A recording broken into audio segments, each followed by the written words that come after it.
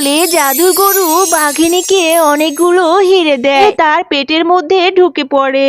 আরে সর্বনাশ, এ আমি কি দেখছি, এত সোনা! তো বড় সাহস, তুই সোনা চুরি করার জন্য আমার পেটের মধ্যে ঢুকেছিস? তবে শোন, এই ঘর থেকে তুই আর কখনো বের হতে পারবি না। না না, আমাকে ছেড়ে দাও হে। এক গ্রামে এক বৃদ্ধা বাস করত। বৃদ্ধার পৃথিবীতে আপন বলতে কেউ ছিল না। যেহেতু তাকে দেখে রাখার মতো কেউ ছিল না, তাই তার দিন খুব দুঃখে কষ্টে পার হতো। বৃদ্ধা এতটাই হতদরিদ্র ছিল, খাওয়ার জন্য তার কাছে কিছুই ছিল না। আর অসহায় বৃদ্ধা গ্রামের অন্য পশুদের কাছে গিয়ে খাবার চাইতো। শোন মা কেয়া, আমাকে কিছু খাবার দিবি? আমি যে 2 দিন ধরে কিছুই খাইনি, এখন না খেয়ে থাকতে যে আমার ভীষণ কষ্ট হচ্ছে।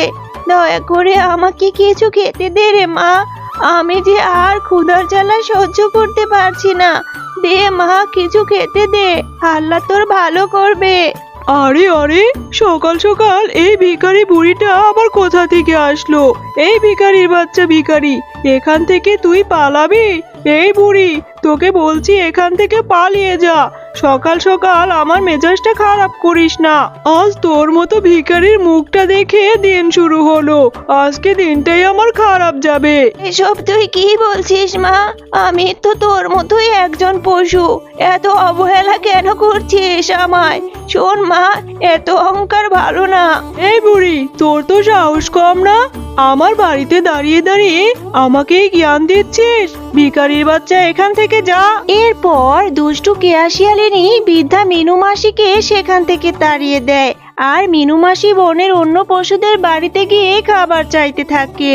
কিন্তু বনের কোনো পশুর মনেই বৃদ্ধার জন্য মায়া হলো না, কেউই তাকে খাবার দিল না। মিনু মাসি কারো কাছে কাজ চাইলে সবাই তাকে ভিখারি গরিব বলে তাড়িয়ে দেয়, কেউ তাকে কোনো কাজ দেয় না। এরপর মিনু মাসি কোনো রকম খেয়ে না খেয়ে দুঃখে কষ্টে জীবন পার করতে থাকে। হে হে হে, আর পারছি না। 3 দিন ধরে কিছুই খেতে পারিনি। আমি গ্রামবাসীদের কাছে খেতে চাইলে কেউ আমাকে খেতে দেয় না, আর কাজ চাইলেও কাজ দেয় না। এখন আমি কি করব? হে আল্লাহ, দয়া করো আমাকে, আমি আর সহ্য করতে পারছি না। এসব বলতে বলতে মিনু মাসির নাকে খাবারের সুস্বাদু ঘ্রাণ আসে। খাবারের ঘ্রাণ পেয়ে মিনু মাসি সেদিকে হাঁটতে থাকে।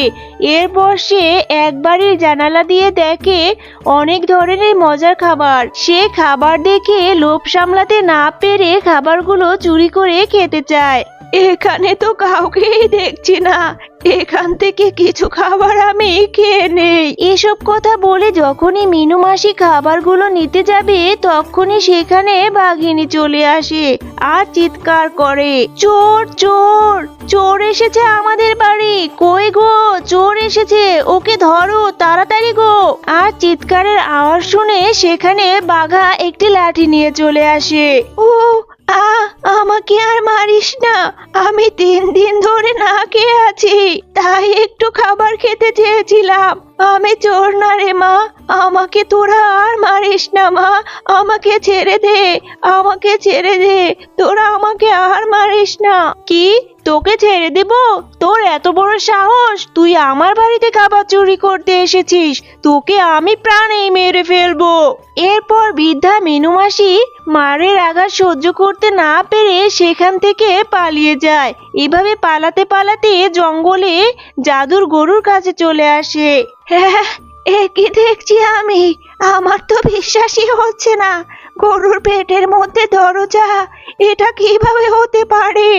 এ কি অদ্ভুত ব্যাপার। যাই হোক, এত ভেবে লাভ নেই, ভাগিনী হয়তো আমাকে খুঁজতে খুঁজতে এখানে চলে আসবে।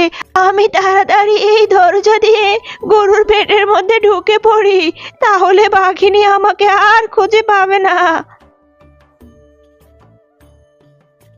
রে বাবা রে, এত সোনা, এই ঘরের মধ্যে দেখি সোনা দিয়ে ভরপুর। মিনু মাসি, তোমার ব্যাপারে আমি সব কিছু জানি।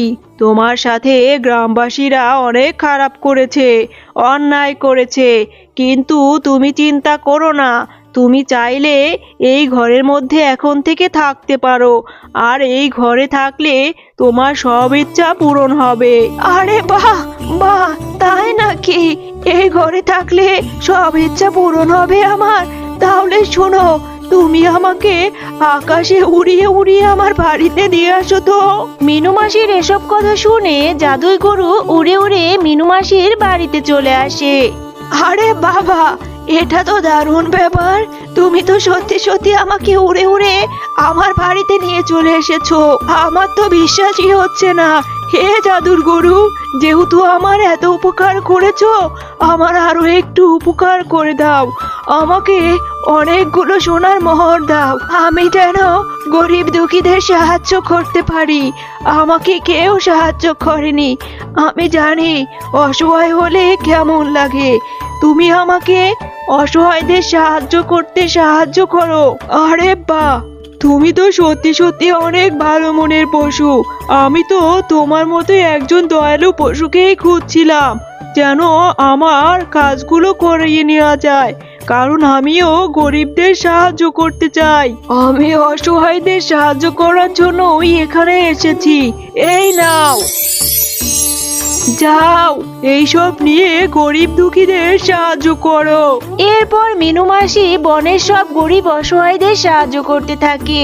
এভাবে মিনু মাসি প্রতিদিন গরুর কাছ থেকে অনেক অনেক সোনা নিত আর গরিব অসহায়দের সাহায্য করত। কিরে ভিখারির বাচ্চা ভিখারি, ও না, তুই তো আবার চুরিও করিস। তুই সত্যি করে বল তো, এত সোনা কোথা থেকে চুরি করে নিয়ে আসলি? তোর মার খেয়ে বুঝি শিক্ষা হয়নি? শোন বাঘিনী, তোর কাছ থেকে আজ আমি কিছুই নিতে আসিনি, বরং আজকে তোকে সাহায্য করতে এসেছি। আরে হা হা হা, এই ভিখারি নাকি আমাকে সাহায্য করবে? আমার এত খারাপ দিন আসেনি যে তোর মতো চোরের কাছ থেকে আমি কিছু নেব।